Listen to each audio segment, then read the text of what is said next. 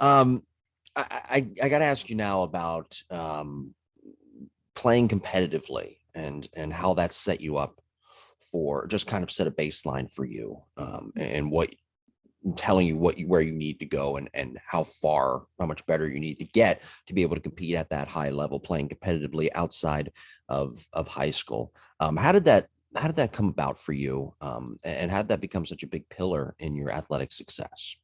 Yeah, I think if there's any disadvantage of living in the Northeast, it's not just the winter, it's that Mm, we don't have softball isn't still a hotbed here, and it really wasn't 10, 15 years ago either. It was the southern part of the United States, especially sure. the West Coast, Hmm. Texas area.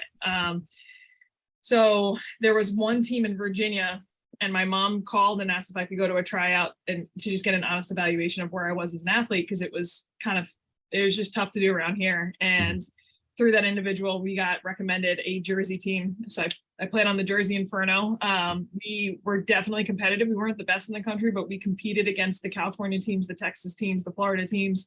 We won some, we lost some, but it was so cool to see. That was very eye opening to see how much better everybody got because of the competition we were facing. Hmm. Um, Everyone on our team even said, like, I could have trained 7 days a week back home in a cage at a gym, whatever else, but there's just something to seeing that level of play and being around it. And it's forcing you to continuously be like, all right, well, I got to figure out how to hit that type of screw roll. I got to figure out how to adjust to this type of pitcher. I mean, there are some games we got completely blown out, but we got better, every single time. And that was hugely important. And then even in high school ball, the fact that you're not playing on a high school parity isn't always consistent. You have some highs and really far lows. And the fact that I ended up just in a town that was going to have a really competitive high school team was hugely important too. Hmm.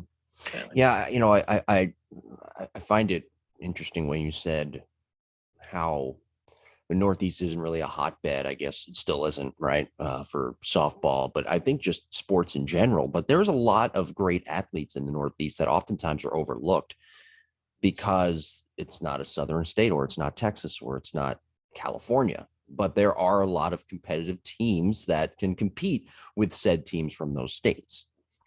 definitely, and it's unfortunate because I've heard college coaches flat out say it's not an embarrassing thing for them to say. They're confident in saying, if I have two athletes that are almost identical in talent, but one Mhm. is from Texas or Florida or whatever, and the other one is from the Northeast, I'm taking the one from the Texas area, or whatever it Yeah. may be, because it's just the impression that they've been around better softball and that they don't have as much of a learning curve once they do get to college. And I've heard several coaches say that, and it is unfortunate, but it also makes, at the same time, when you do get an athlete from the Northeast, the pride that comes with, yeah, I'm from New York, or I'm from Jersey, or I'm from Pennsylvania, and like, there are phenomenal athletes.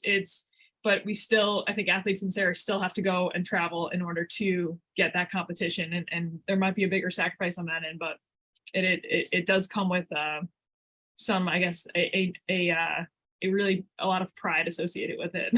Yeah, and we'll talk about that chip on your shoulder that you may have had, and Northeast athletes have next week in our second episode, your journey to signing with the University of Alabama. Now,